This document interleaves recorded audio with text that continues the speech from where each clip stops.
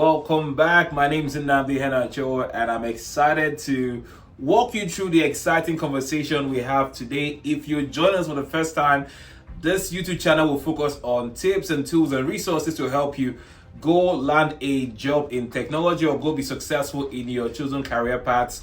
If you haven't subscribed, please go ahead and do that. Subscribe to our channel so you can always know when we have great content coming your way, and it will mean the world to us as well. You're going to keep helping us continue to grow on YouTube and also continue to keep providing better content. Now we're going to be talking about the 12 ways. I'm going to give you 12 steps to stand out in the database administration job market, right? So the market is always evolving. If you're already in the database space or you're looking to explore a career in database administration, the tech is always evolving. If you know anything about any of the database technologies, whether it's SQL or Oracle, MySQL, DB2, Cassandra, and Mongo, it's a lot of tools out there. In the last few years, it's evolved so much. There's so much changes in the landscape. And that's because we constantly live in a data-driven society. We are more and more becoming more dependent on data, right? Regardless of what the business does, and I'm going to kind of walk my way back now. Think of any business. Just think of anyone. Whether it's a hospital, it's a bank or a financial institution, whatever institution or organization you can think of, at the core of what they do is data, right? Regardless of what they do, think of hospitals. If patient records are compromised, for example, that's it. Your data is compromised. Your business is compromised because now you can't use medical history to give the right prescriptions. You don't know what happened before. And I can give illustrations of how this applies in multiple industries, in multiple organizations, in multiple spaces, right? So we're all dependent on data. Even for our own decision making, we decide on data whether we like it or not. You're always making data considerations to make decisions. And so data is at the root of everything we do. It's at the root of everything businesses do. And they rely on professionals like ourselves, database administrators, to help them with managing their business critical data. Now, because of the demand for database administrators, a lot of people are exploring career opportunities in this space, right? There's an abundance of opportunity. There's an abundance of jobs, in the data space. And so how do I stand out amidst all of the competition?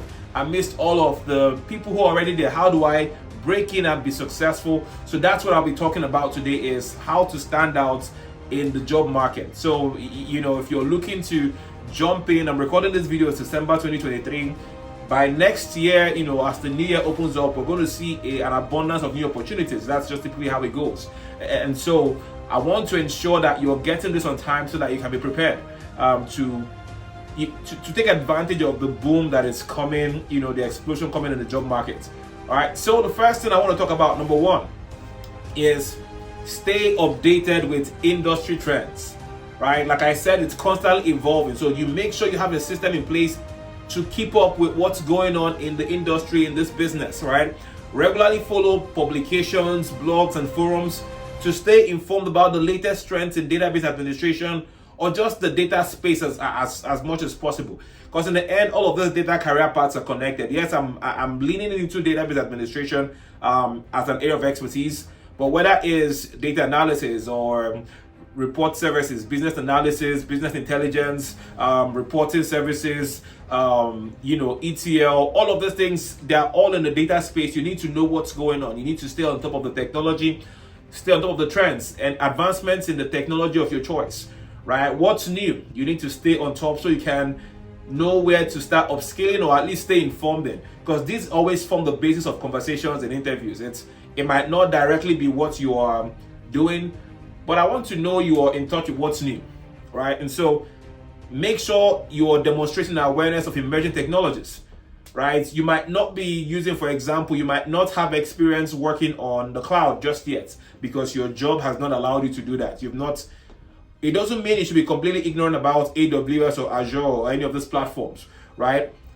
Big data, it's a common trend. You can't be completely clueless about that, even if you haven't had the opportunity to touch or work on any of these technologies. So number one, stay updated with all of the trends in the industry. The next thing I want you to do to stand out is continuous learning and certifications, right? Continuous learning. Always make sure you are not just staying updated with trends, but you're taking time to attend conferences. You have subscriptions to the right platforms to take a course, an hour, 2-hour course, to get to learn more about a particular advancement in your field. Again, don't wait till you have the opportunity within a job context to do something, to learn about that thing. You don't start learning about something when it's in front of you. It's always better to be to be prior skilled, so that when you are faced with a new situation as a challenge, you're not clueless to getting started, right? You're able to deliver faster, you're able to have intelligent conversations. So make sure you're pursuing continuous learning and certifications. I have a thing with certifications. If you're just trying to get into the field for the first time, certification might not be the priority for you. If this is your first venture into a tech space, certifications are built really for professionals to stay up to date with the new changes. That's why there's always a new version of the same certification coming out every year. Maybe not every year, but depending on the technology, there's always updated certifications that you need to take. As the technology evolves, the certifications evolve. And so for somebody who is just trying to break it into that entry level, maybe do it for the first time, certification might not be the first move you make. It might not be the first place to go get started. It's more about acquiring information and building up your proficiency at that point. But if you're already in, then certification is a way to stay on top of what's happening within the industry. So continuous learning and relevant certification is the next one. The next way I highly recommend is develop soft skills. A lot of times this is the undoing of a lot of technical people. They are savvy with the technology, but they are literally clueless about the non-technical skills. And a lot of times the difference between you in an interview and the person who gets hired is not technical ability. It's likability. Do they feel comfortable? Do they like you? Do they feel like you're a vibe with the team? Right? Consciously build your soft skills, your communication skills, your interpersonal skills, your people skills. Those are powerful. Those will open doors for you. Those will make you a preferred candidate during interviews. It's so critical how much these skills are being blessed to be interviewed and also being the interviewer in a lot of cases. And a lot of times these decisions come down to vibe.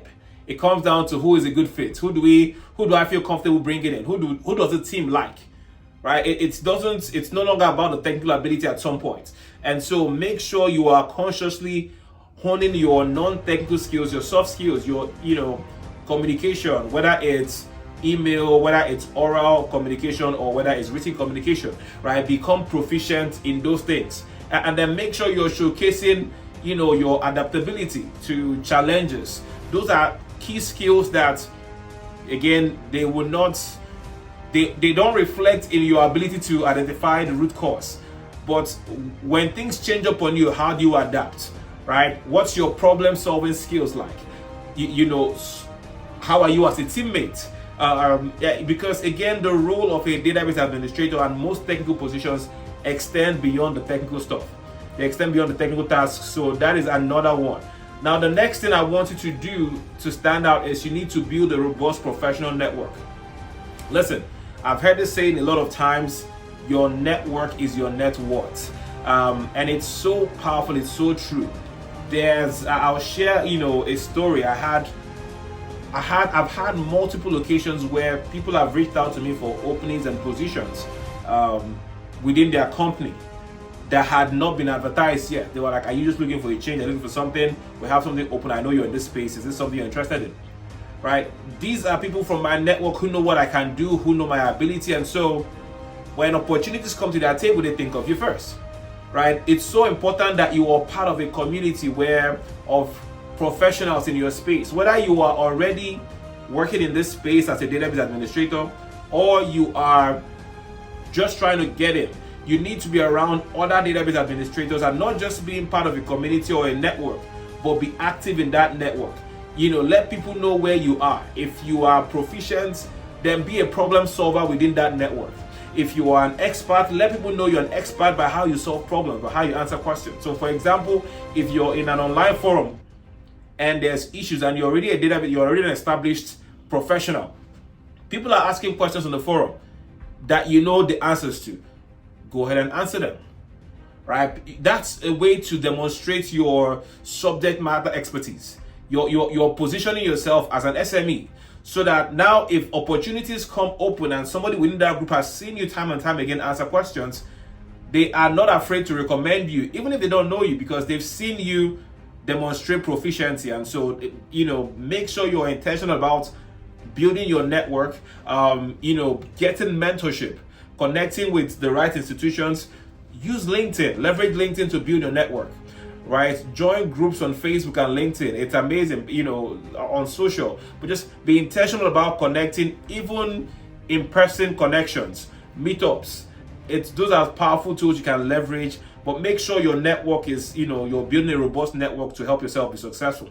And along that lines, the next thing I feel you need to do is create an online presence. Listen, everybody's going to look you up. It's 2023. We're about to get into 2024.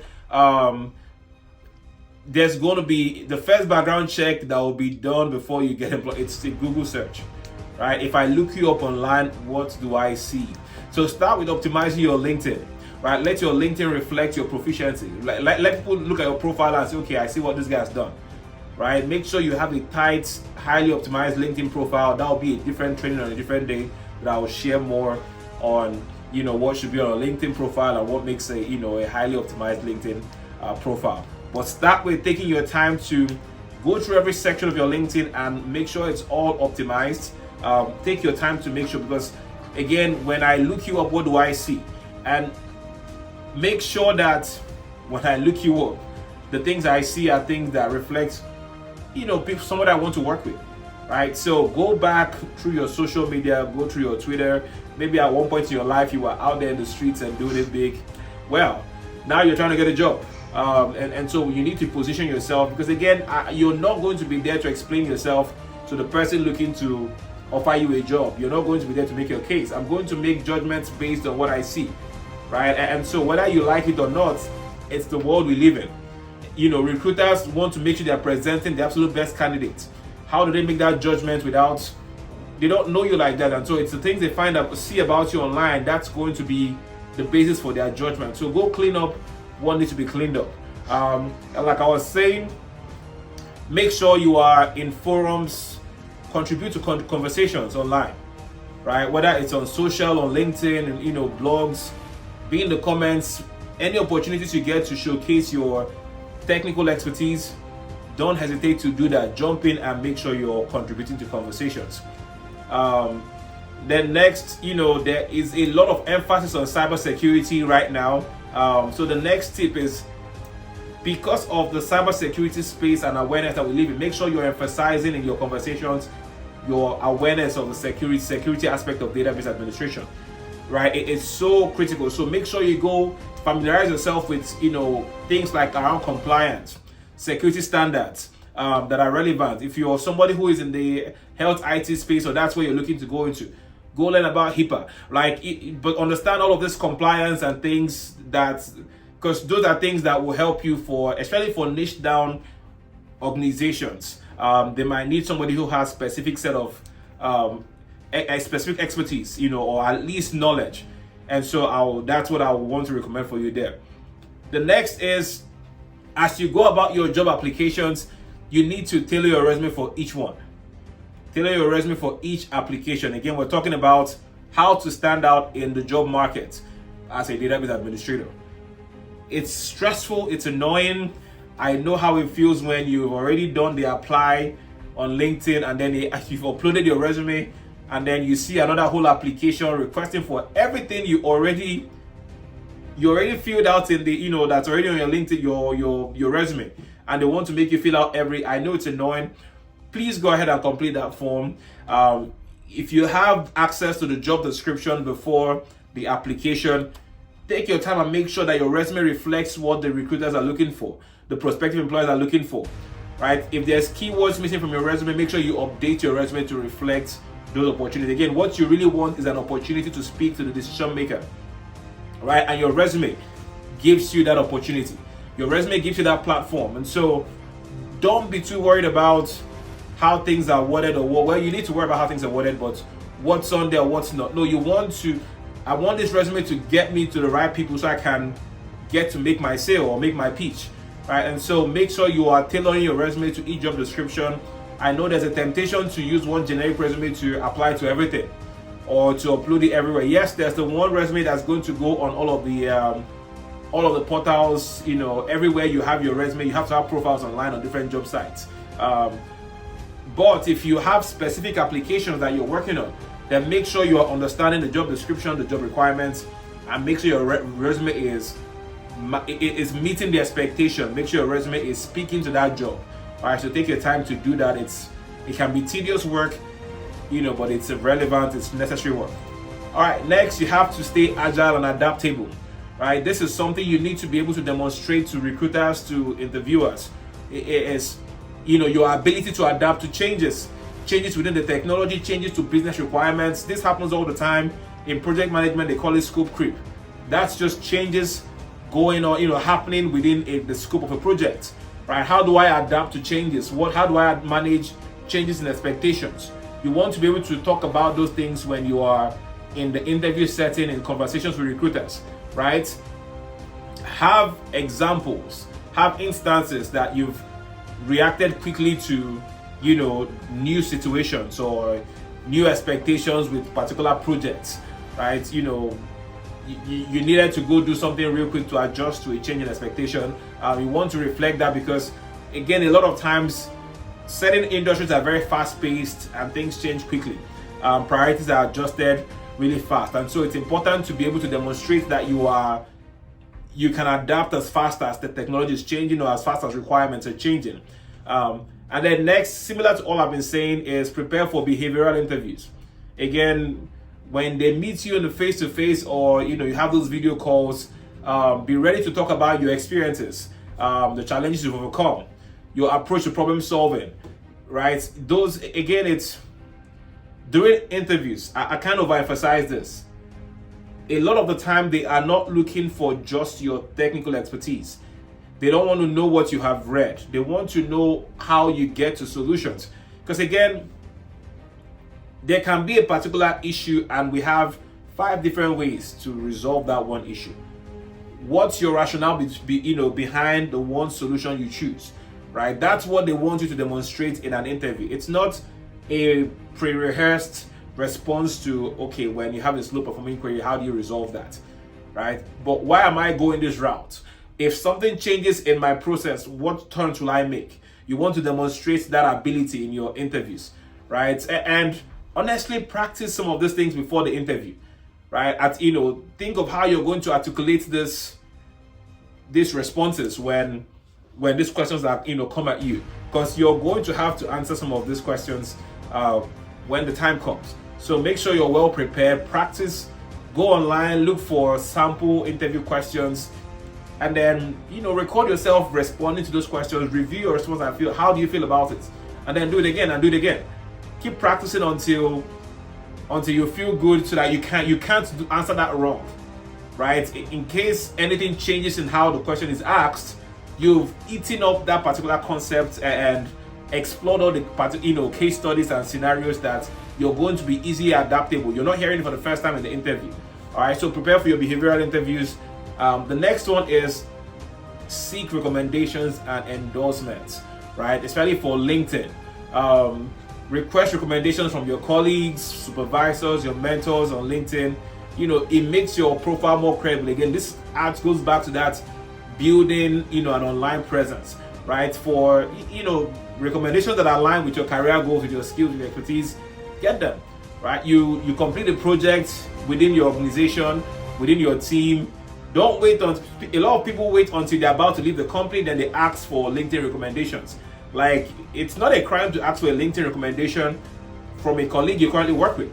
You finish the project, you can say, hey man, can you write me a recommendation? When they're praising you about the good job you did, you know what, can you say that on LinkedIn? That will really mean a lot to me. you're still colleagues. Everybody knows everybody has a LinkedIn profile. So it's not like, I'm not saying I'm trying to leave the company by asking for an endorsement.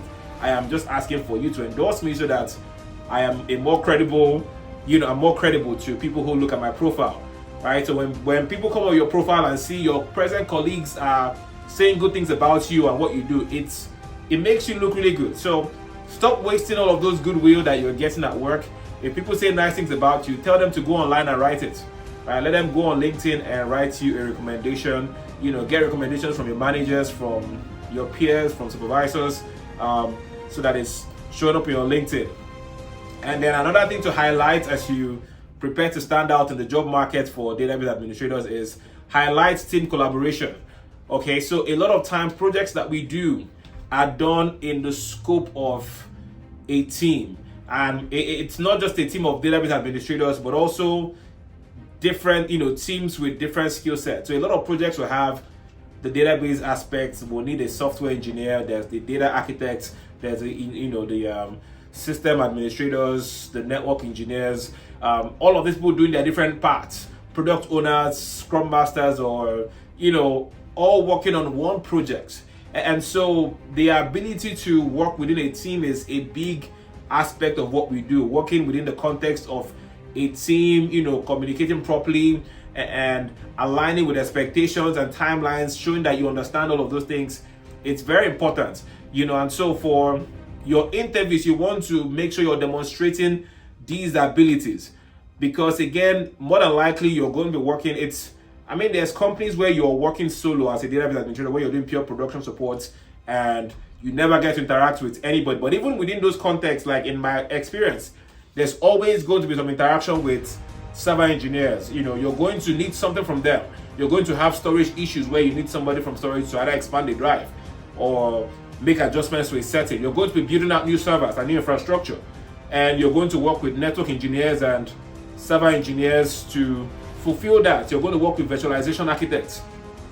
And so we never really work in isolation, right? And so when you are speaking to your expertise and experience, make sure you're able to showcase instances where you've collaborated with other peers and colleagues beyond the scope of your immediate database team. It's super important that we have that. And then attend industry conferences and meetups, right? Again, going back to building your network, one way to do it is find conferences within your space. Find conferences, or just meetups, right? It doesn't have, people think about conferences, think about big conferences. There could be small events going on around you, right? Find them, connect with other people who are doing the same thing you do in your community, in your area, and make a lot of jobs are not listed. It is through connections like this that you get to know what's going on, know the opportunities available, and you're able to make the most of them. You're able to leverage on listed job opportunities. All right, so in conclusion, again, it's an ever-evolving space, it's an ever-evolving field, database administration and tech as a whole. There is constant and consistent changes always happening.